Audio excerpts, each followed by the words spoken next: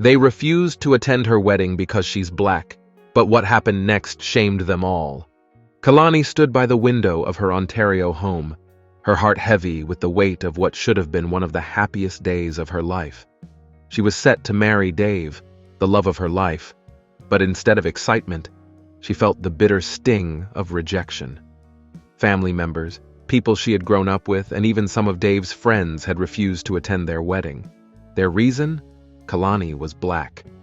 But before we dive into what happens next, I'd love to know, where are you tuning in from today? Drop a comment below. It all began when the wedding invitations went out. At first, there were polite declines, the kind people use to avoid confrontation. "I'll be out of town," or "I have a prior engagement," they said. But as the silence grew louder, the truth became impossible to ignore. Whispers of disapproval trickled back to Kalani and Dave.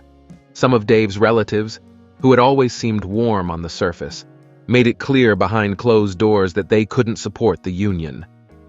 "She's not right for you," one aunt had said to Dave, her tone sharp with judgment. "Our family has traditions. You're breaking them." For Kalani, the pain was deeper than mere rejection. She had lived in Ontario her whole life, believing in the multicultural fabric of her country. To face this kind of prejudice, especially from people who were supposed to welcome her into their family, cut deep. Despite the backlash, Dave stood firmly by her side. "We don't need them, Kalani. We're getting married because we love each other, not because they approve." His voice was steady, but Kalani could see the sadness in his eyes. The idea of walking down the aisle with empty seats where loved ones should be weighed on them both. The day of the wedding arrived. Kalani, stunning in a white lace gown that hugged her figure perfectly, felt a mix of emotions. As she walked towards the venue, her heart raced, not with joy, but with anxiety. Would anyone even show up? To her surprise, as she approached the small chapel, she heard a familiar sound, a soft hum, followed by music. Curious, Kalani stepped inside, and what she saw took her breath away. The pews weren't filled with the family members who had refused to come. Instead, the space was packed with friends, co-workers, and even neighbors, people who had shown up for her and Dave without hesitation. A wave of emotion swept over her as she realized what had happened. The people who truly cared about them had taken the place of those who didn't. They weren't here out of obligation. They were here out of love and support. Her childhood best friend Maya walked over, eyes glistening with tears. "I wasn't going to let you do this alone," she whispered, pulling Kalani into a tight embrace. Soon more people gathered around, offering their love and words of encouragement. Dave, waiting at the altar, smiled when he saw Kalani, but there was something else in his gaze, pride, not just in her, but in the people who had chosen to be part of their day. As they stood together, hand in hand, exchanging vows, the weight of the rejections began to lift. But what happened next would surprise them all. Halfway through the reception, as the laughter and music filled the room, the doors to the hall creaked open. In walked Dave's aunt, the very one who had scorned their relationship so vehemently. Behind her were more of Dave's relatives, hesitant but present.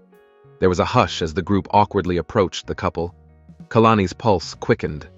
Was this an attempt to ruin the day? But then the aunt spoke, her voice quieter than before. We were wrong. Seeing the joy here, the love that surrounds you both, it's clear. Love isn't about the color of someone's skin.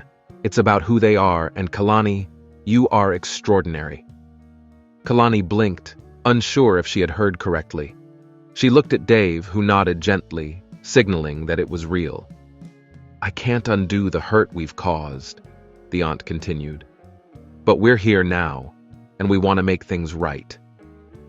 Kalani felt the tension in her chest loosen. She could have held on to the bitterness, the anger she had every right to feel, but looking at the faces of the people who had come to this realization, she chose grace. "Thank you," Kalani said, her voice steady. "Thank you for being here now."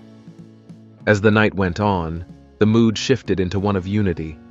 The people who had once been divided by prejudice were now dancing together, toasting to a future built on love and understanding.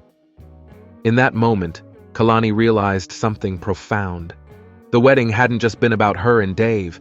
It had become a lesson in change, in how love, true unconditional love, could break down barriers, even ones built over generations.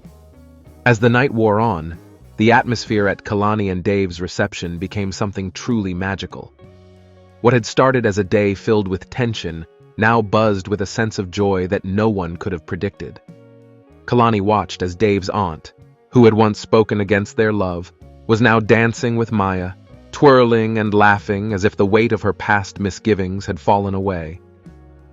Kalani stepped outside for a moment, the cool Ontario night air offering her a brief reprieve from the whirlwind of emotions. She needed a moment to process everything. She thought back to the first time she and Dave had met in a small cafe downtown.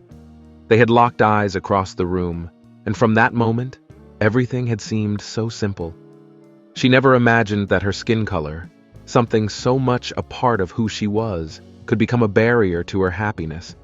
But tonight had proved that love could tear down even the strongest walls. A soft shuffle behind her caught her attention, and she turned to see Dave, his face bathed in moonlight, watching her with a knowing smile. He walked over, wrapping her in his arms. "Are you okay?" he asked, his voice tender. Kalani leaned into him, her head resting against his chest. "I didn't think tonight would turn out like this," she whispered. I thought it would be a disaster." Dave kissed the top of her head. "Me too. But look at us now. We made it." She pulled back slightly, searching his eyes. "It's just, I thought I'd always carry this weight, you know? That I'd always be seen as an outsider in your family's eyes." Dave frowned. "You're not an outsider. You're my family now. They'll see it, and if they don't, that's on them. But tonight was proof that people can change. Maybe not everyone, but enough of them. And that's a start." Kalani nodded, feeling a surge of gratitude. "You're right. I don't need everyone's approval. We've got each other, and that's enough." Before Dave could respond, they heard voices from inside. A small group had gathered by the doors, quietly watching the couple. Among them was Dave's father, a man who had never explicitly voiced his disapproval, but had always been distant when it came to Kalani. Tonight, however, there was something different in his eyes, something softer. "Can we join you?" he asked hesitantly, stepping forward. Kalani stiffened, unsure of what was about to happen, but Dave gently squeezed her hand, a silent message of reassurance.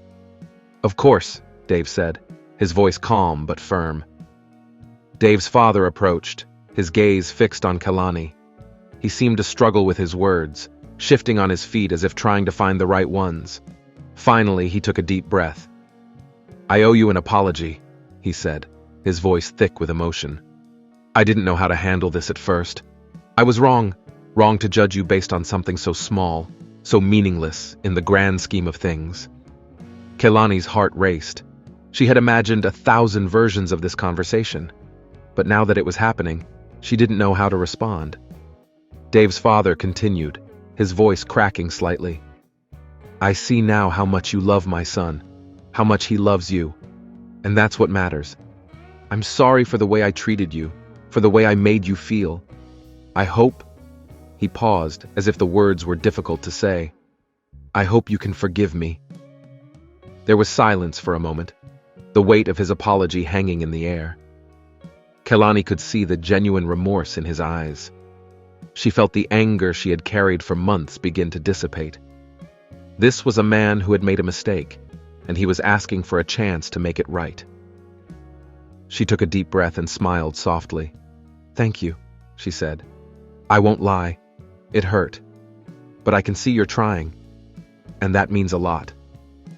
Dave's father's eyes filled with gratitude. He nodded, seemingly at a loss for words, but his relief was palpable. As he stepped back to join the group, Dave turned to Kalani, pride shining in his eyes. "That was incredible," he whispered. Kalani smiled up at him. "I think we're going to be okay, Dave. More than okay." The night unfolded in a way Kalani could never have predicted. Conversations with Dave's family became easier, more genuine. Even those who had stayed silent before were now opening up, sharing stories and laughing together as if the tension that once clouded the air had never existed. But as the night came to a close, one final moment cemented the meaning of the day. During the last dance, the lights dimmed and the music slowed. Dave took Kalani in his arms, and the world seemed to shrink down to just the two of them. As they swayed together, Kalani felt a sense of peace settle over her. The struggles they had faced to get to this point, the rejections and hurtful words, seemed distant now. What mattered was that they had overcome it together, and in doing so, they had opened the hearts of those around them. It wasn't just about their love, it was about the change that love had sparked in others. Kalani knew there would still be challenges ahead, but now she also knew that with Dave by her side, they could face anything. And as they danced beneath the stars, surrounded by those who truly mattered, Kalani felt, for the first time that day, an overwhelming sense of hope for the future. Leave a comment if you enjoyed this story. It doesn't cost you anything, and you'll make me very happy. Thank you, and I look forward to your like.